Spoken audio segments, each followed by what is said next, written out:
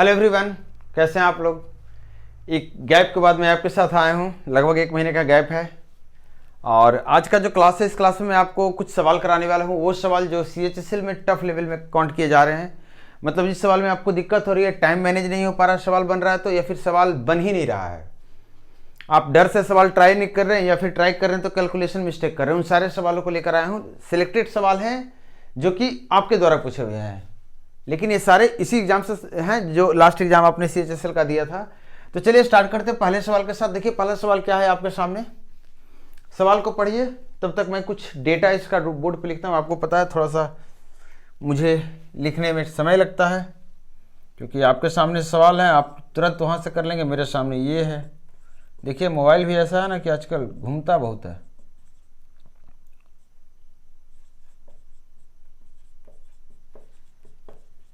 देख लीजिएगा, नंबर्स मिला लीजिएगा।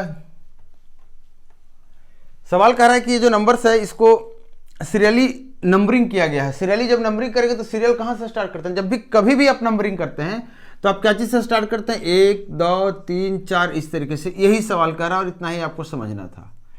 सवाल कह रहा है कि जब इसको सीरियली नंबरिंग करते हैं तो उसके बाद क्या करते हैं, जो भी नंबर आप जिस सीरियल नंबर के सामने लिखे हैं उस नंबर को उसके सीरियल नंबर से जोड़ने के लिए बोल रहा है। कह रहा था when each number is added to its serial number then the average of new numbers formed is 55, find the average of A and B। मतलब जब सीरियल नंबर के साथ इस नंबर को आप ऐड करेंगे, इसके बाद जो नया नंबर फॉर्म होगा, जो नया नंबर आपके सामने मिलेगा, उस नंबर का जो एवरेज होगा वो 55 है। ये सवाल बोल रहा है कि एवरेज कितना है, 55 है। तो आप मुझे बताइए, आप देख रहे होंगे डायरेक्टली कितना नंबर तो हमारे पास है, 10 नंबर है। 10 नंबर का अगर एवरेज 55 है तो टोटल कितना हो जाएगा, 550। यहाँ तक आप कर लिया। अब तो सवाल था ही नहीं कुछ, यही समझना था सिर्फ। अब 10 से 1 तक का सम मुझे बताइए, तो आप कहेंगे सर 55 हो जाएगा ना, प्लस ऐड कीजिए मेरे साथ 24। देखिए 6 किसके लास्ट में, क्योंकि ये इसके साथ बड़ा अच्छा से मैच करेगा। 24 और 46 कितना हो गया, 70। ये दोनों को मिला लीजिए 80।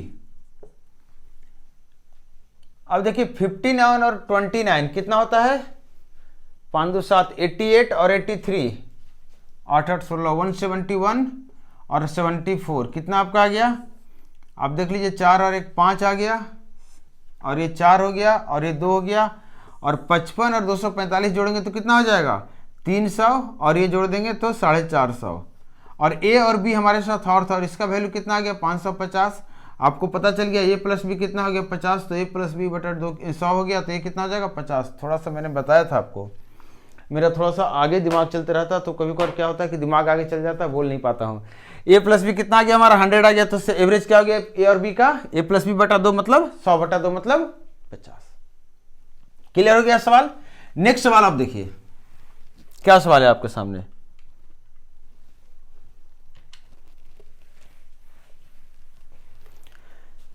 सवाल छोटा सा ही है ये भी सवाल, आप डर गए होंगे पता नहीं देखकर शायद।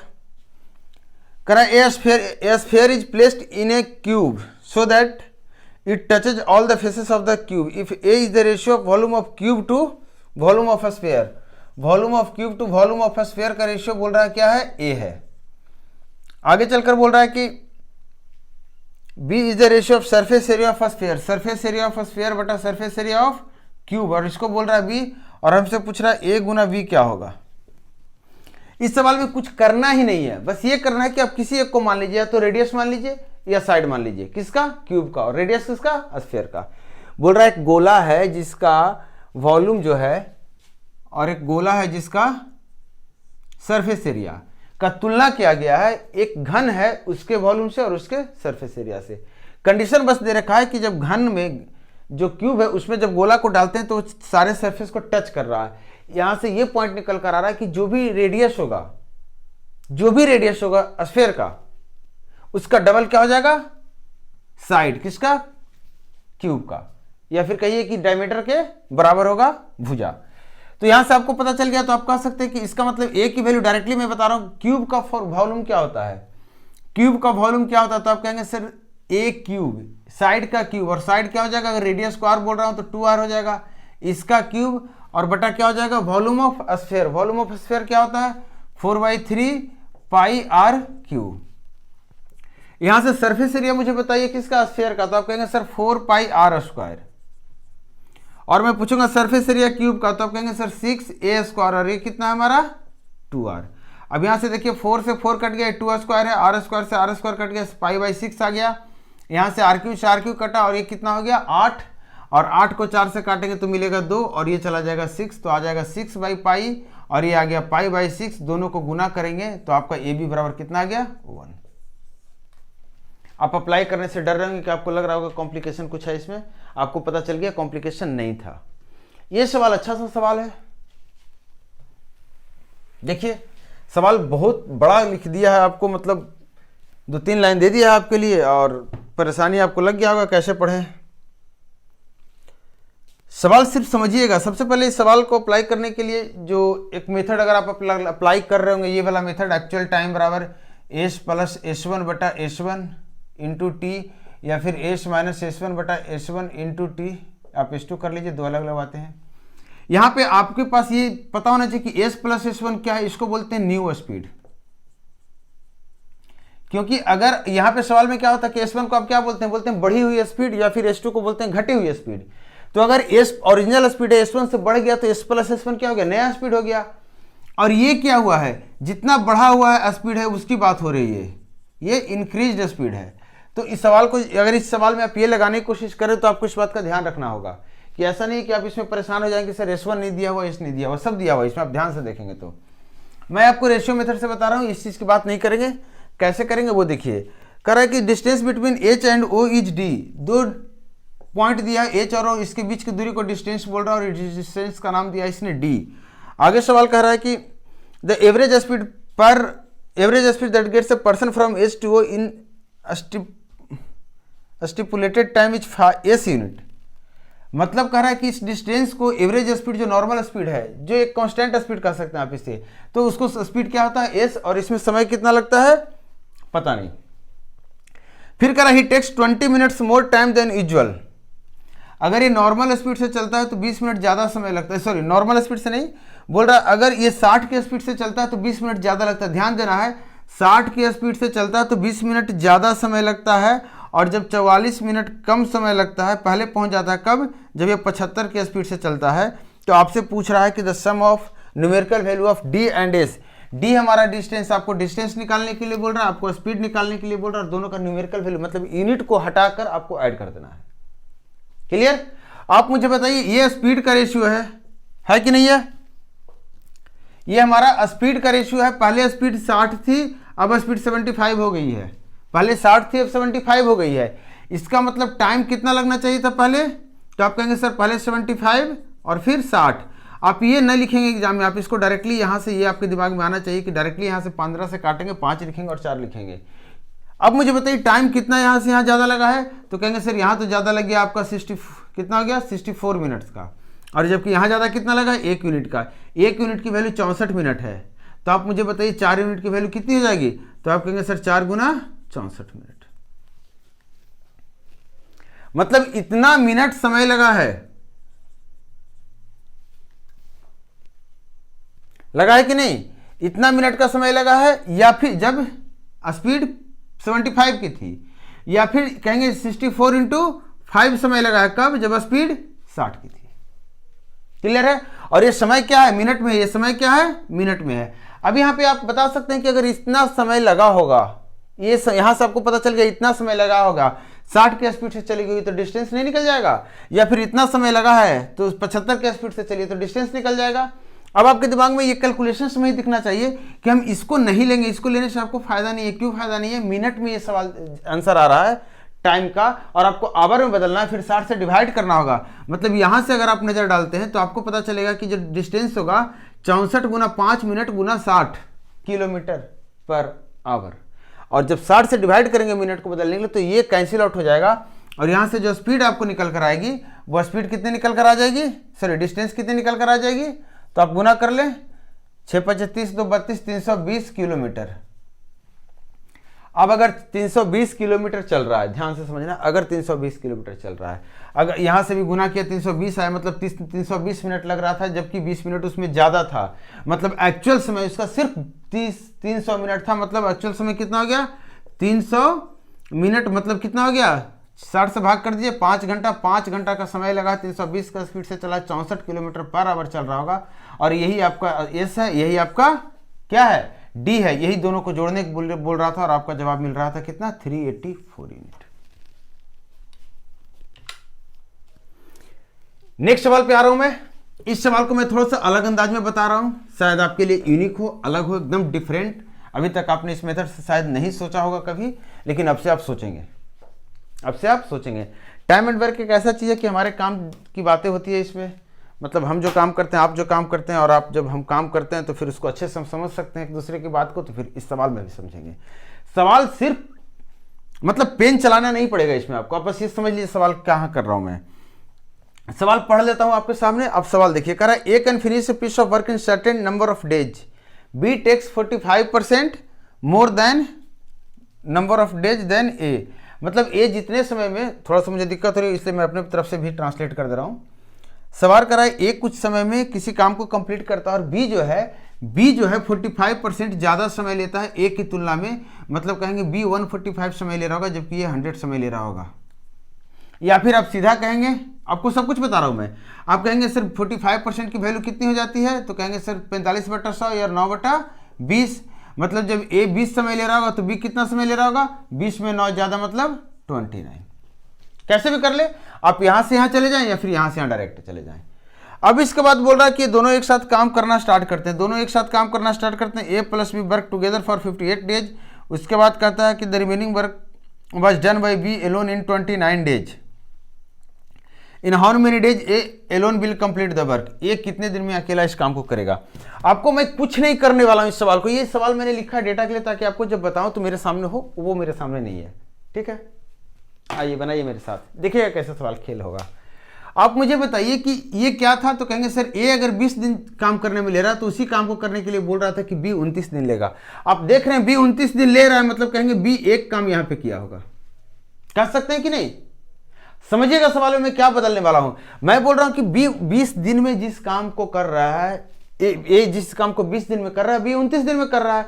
यहां पे मुझे दिख रहा, मैंने इसी को दिन बना दिया, इसी को दिन मान लिया कि इतना ही दिन ही है, एग्जैक्टली वो दिन इतना ही है। आप एलसीएम में लेते हैं, टोटल वर्क मानते हैं, आप एफिशिएंसी मानते हैं, मैंने दिन मान लिया है। मैंने बोला ए 20 दिन में करेगा, तब आप कह रहे हैं कि बी फिर 29 दिन में करेगा, तो मैं कह रहा हूँ ठीक है बी अगर 29 दिन में करेगा इसका मतलब इसने एक काम यहाँ किया है। यहाँ पे 28 दिन काम हुआ तो यहाँ बी का कॉन्ट्रीब्यूशन 2 दिन काम का था, मतलब टोटल काम बी के द्वारा 3 हो गया है।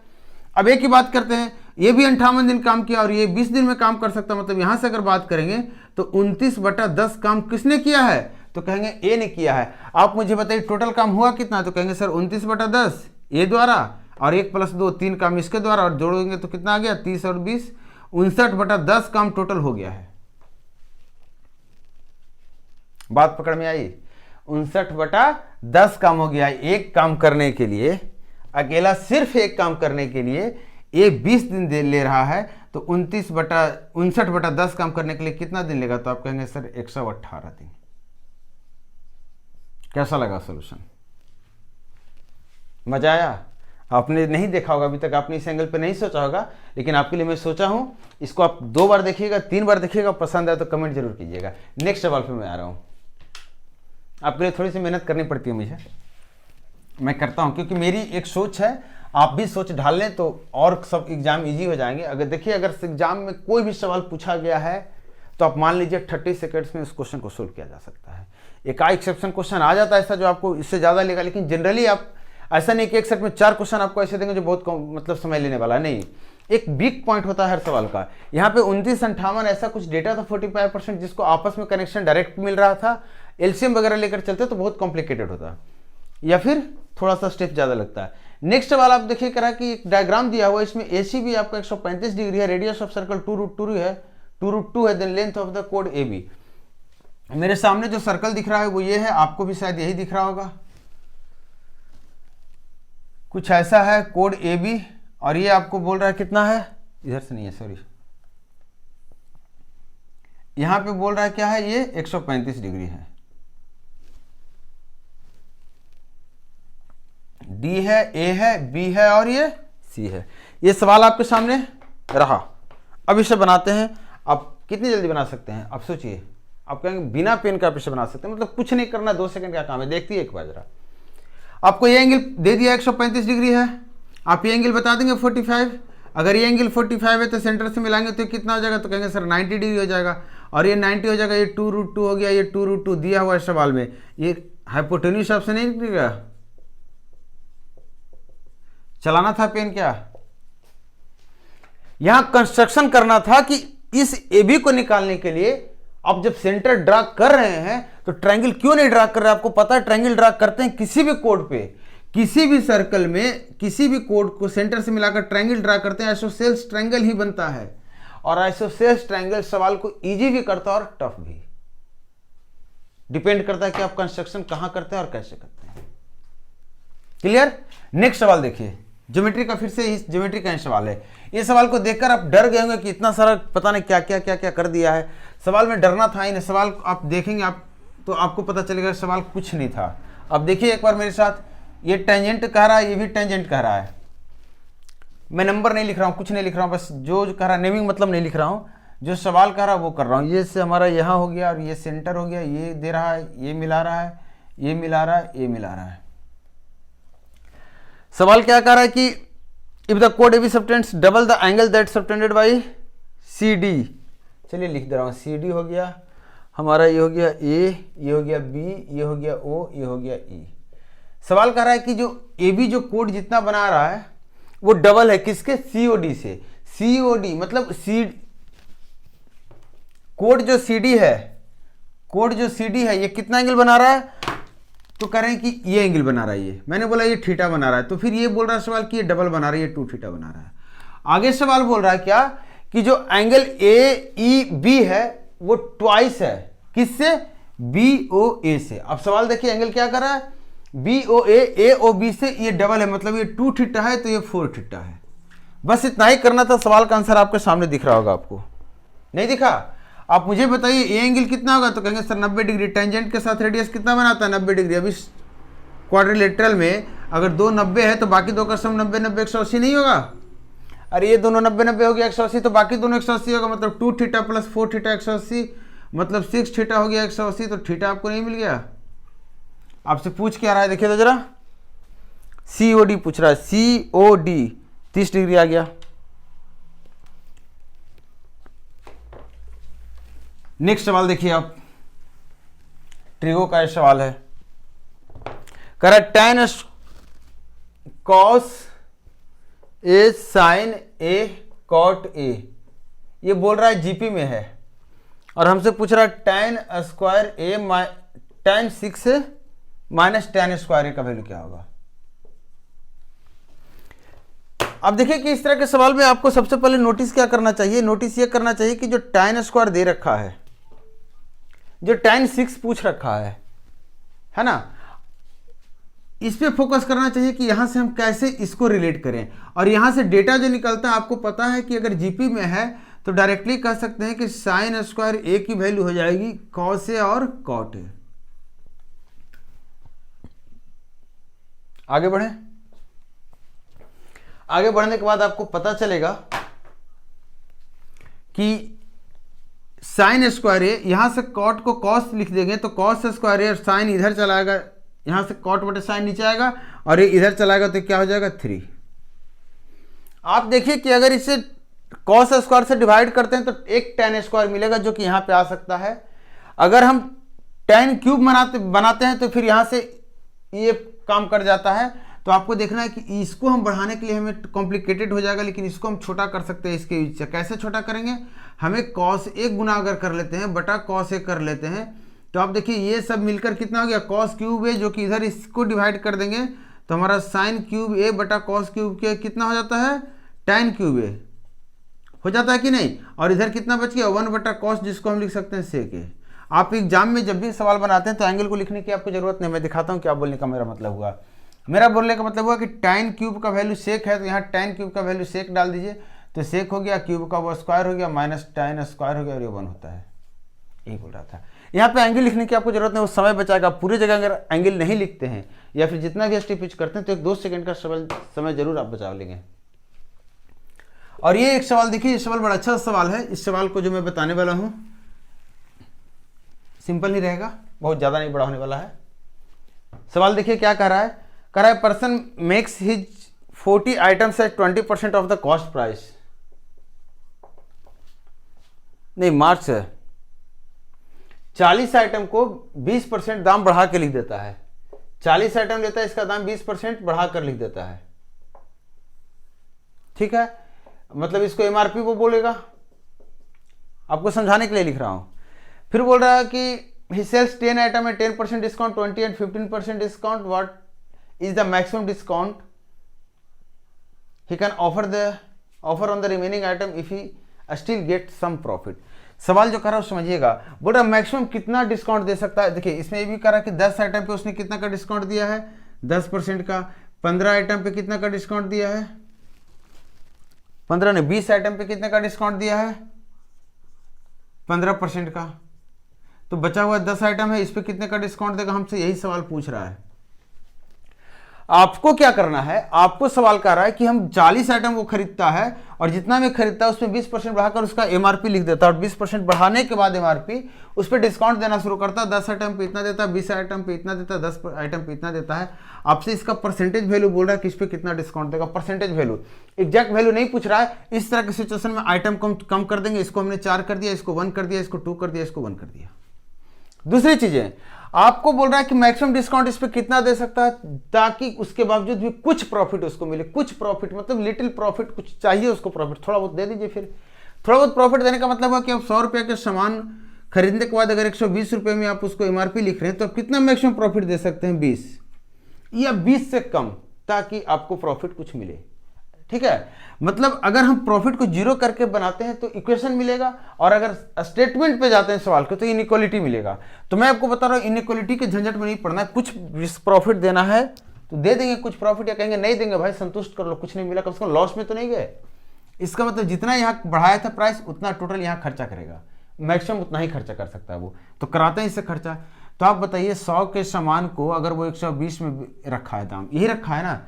अब परसेंटेज पे चलेंगे तो कहेंगे सर 5 के सामान को 6 रखा है। मैं बोल रहा हूं कि इसको आप बोलिए एमआरपी को ही 100 कर दीजिए, क्योंकि सारा वर्क इधर होना है, इधर बहुत कम वर्क है। तो इसको 100 मान लिया, तो आप बताइए कि 6 के एमआरपी वाले को सामान को 5 में खरीदा था, तो 100 वाले को कितना में खरीदेगा। तो आप कहेंगे सर फिर देखना पड़ेगा हमें। दूसरी चीज़ है, मैं बोल रहा हूँ कि कितना रुपया क्वांटिटी में बताइए, कितना यूनिट की वैल्यू वो बढ़ाकर लिखा है चारों आइटम पे। तो आप कहेंगे सर एक आइटम पे 6 वाले, एक आइटम का दाम जिसका 6 यूनिट एमआरपी है उस पर 1 का उसको प्रॉफिट हो रहा था, 1 बचाया था।